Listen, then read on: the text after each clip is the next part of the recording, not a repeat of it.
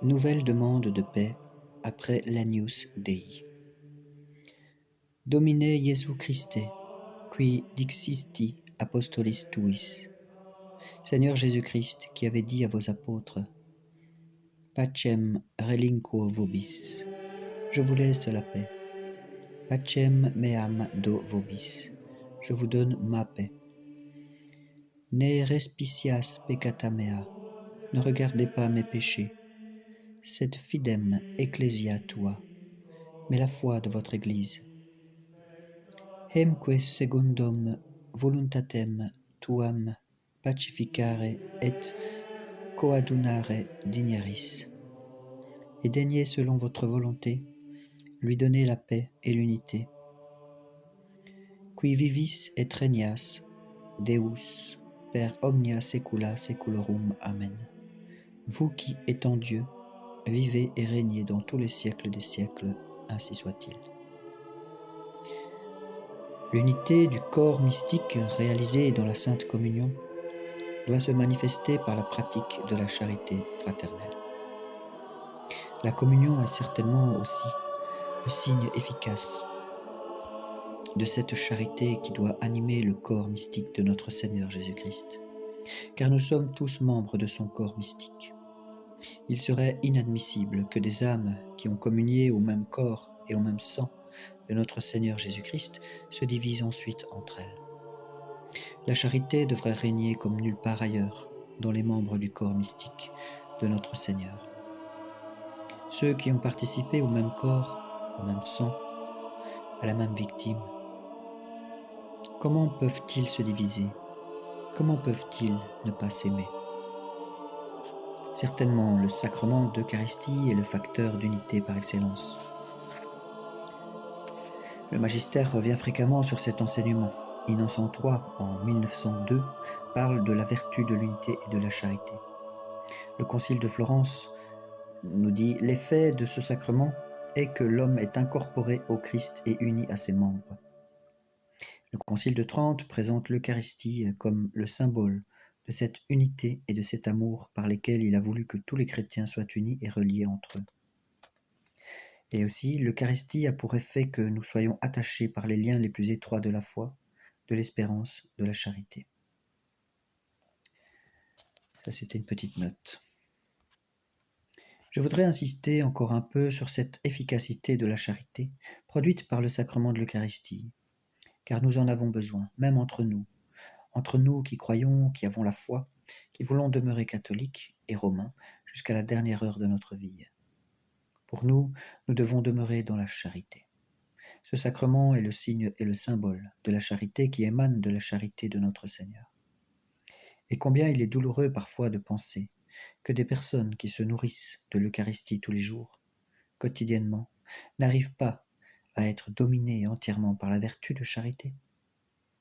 Elles ont besoin de critiquer, de se diviser, de faire des jugements téméraires, de manifester leur antipathie à des personnes auxquelles elles devraient manifester leur sympathie. Eh bien, prenons la résolution aujourd'hui, pour nous qui voulons garder la tradition, la bonne tradition, cette foi dans la Sainte Eucharistie. Prenons la résolution de garder aussi le fruit de la Sainte Eucharistie.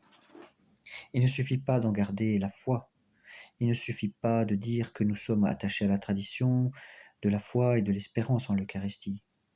Mais il faut, encore, que nous en éprouvions et que nous en ayons en nous-mêmes tous les fruits.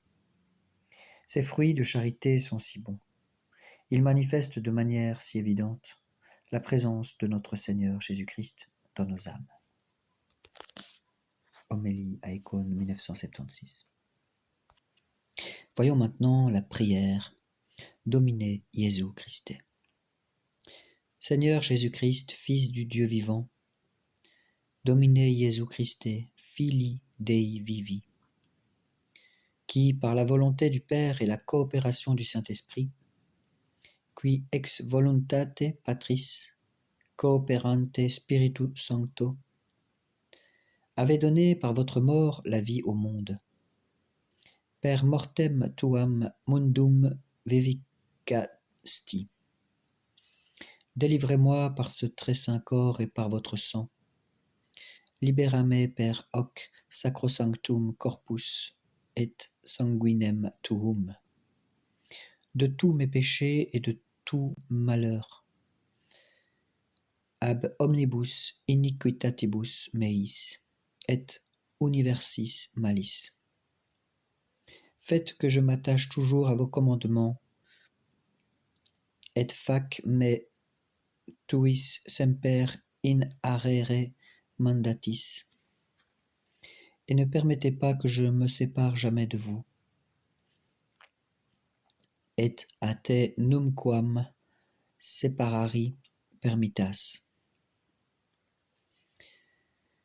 Qui étant Dieu, donc vous qui étant Dieu, vivez et régnez, quicum eudem, je recommence, quicum eudem Deo, vivez et régnez avec Dieu le Père et le Saint-Esprit dans les siècles des siècles, ainsi soit-il.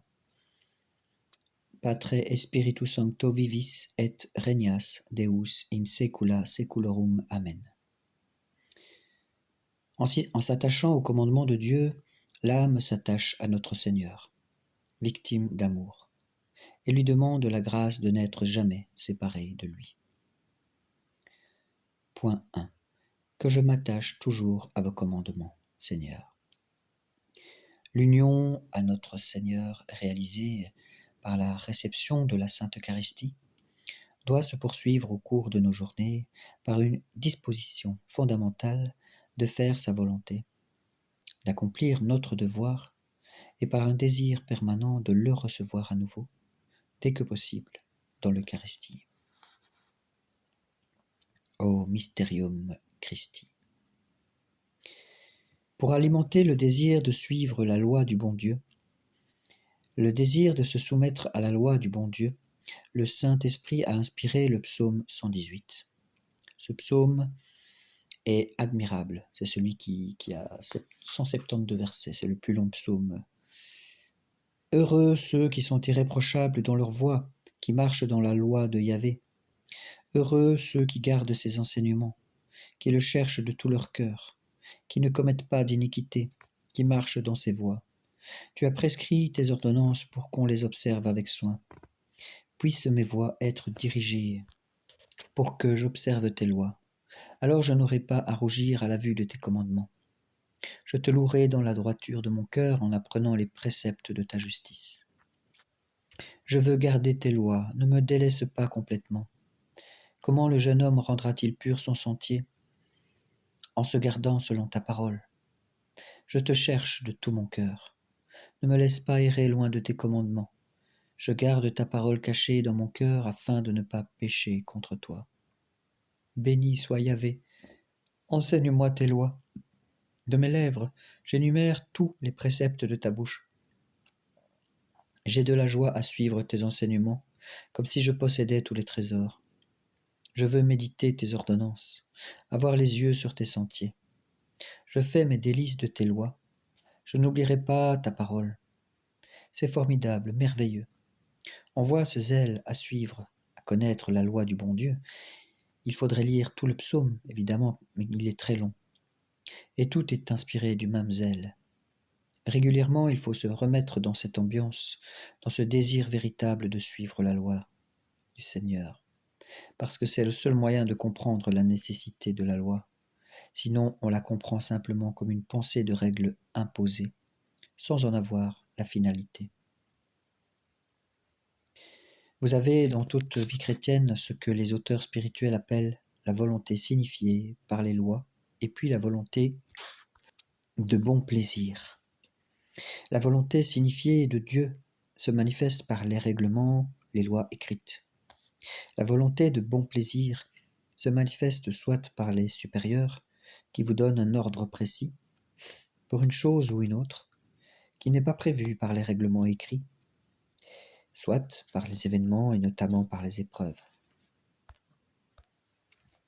Nous devons précisément, nous prêtres, accepter cette volonté dans un esprit d'holocauste, dans un esprit d'oblation, un esprit de sacrifice.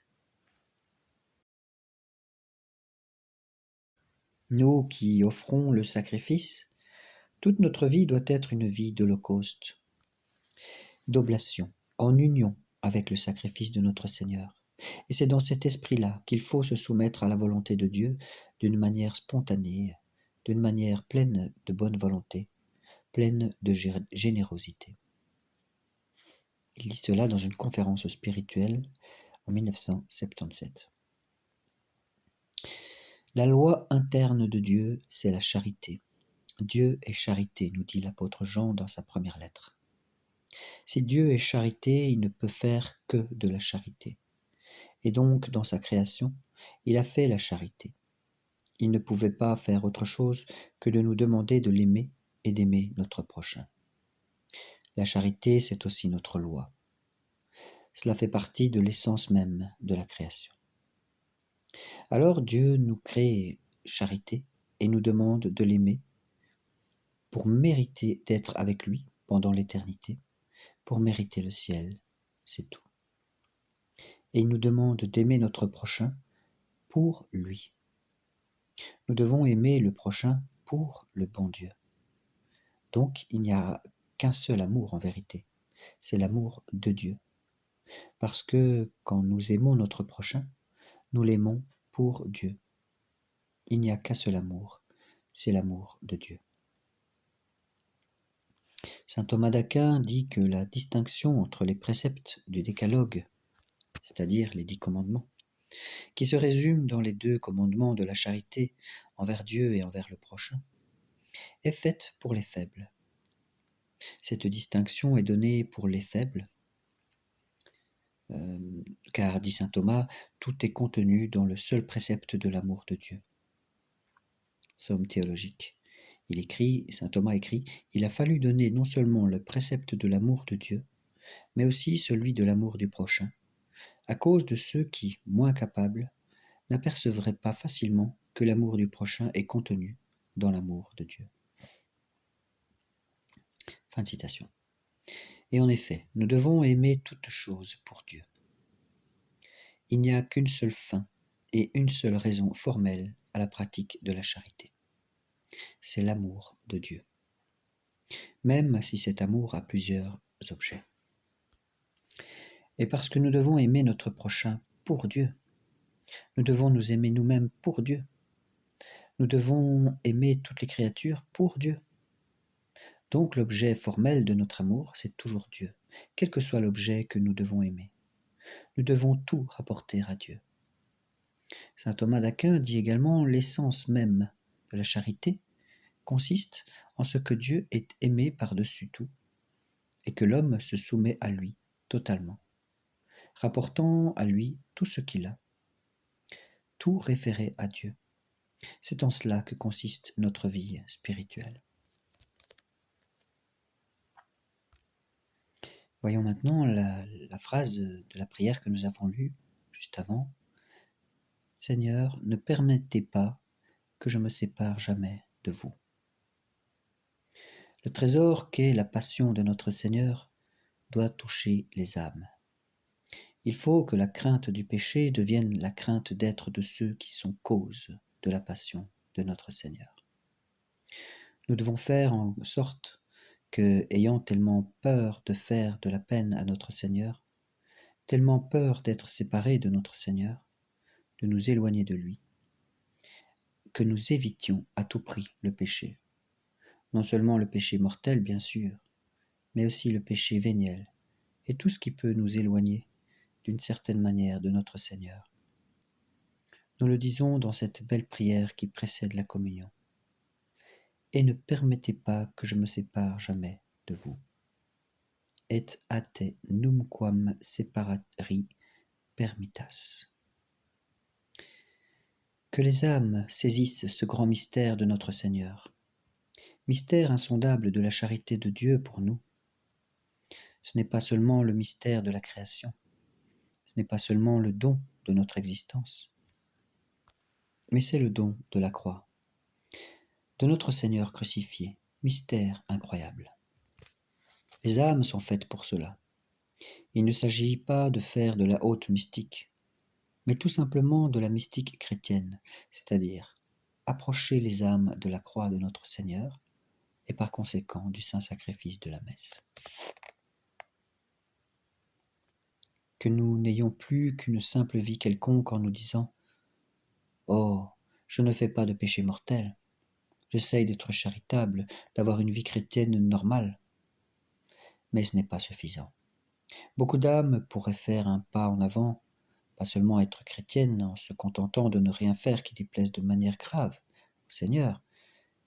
Autre chose est cela, et autre chose est d'amener les âmes à participer au sacrifice de notre Seigneur.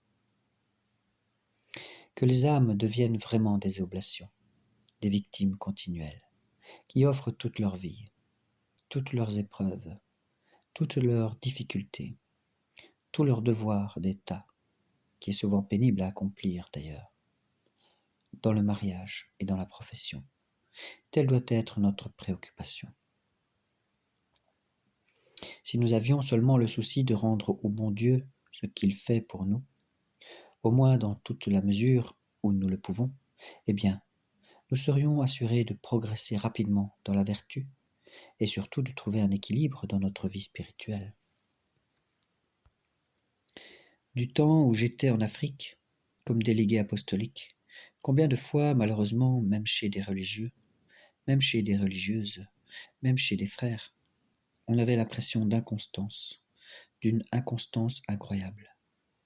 Un jour, tout est à la joie, on est heureux, cela va très bien, et le lendemain, il n'y a plus rien. Il dit cela dans une retraite aux Sœurs à Albano en 1976. Dans la prochaine vidéo, nous verrons que l'Eucharistie a une action médicinale et que l'Eucharistie diminue la concupiscence,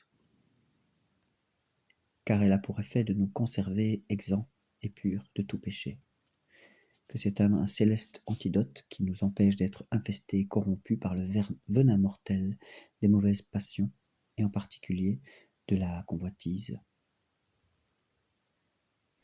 Abonnez-vous, partagez, et n'oubliez pas de liker et de commenter si vous avez des questions. En tout cas, je vous invite à persévérer dans l'écoute de cette lecture, car nous sommes environ à la moitié du livre, mais n'oubliez pas que bientôt, quand nous aurons fini tous ces sujets de la messe traditionnelle, nous allons voir la différence avec la messe Paul VI, la messe moderne, qui a tout changé, qui a tout chamboulé.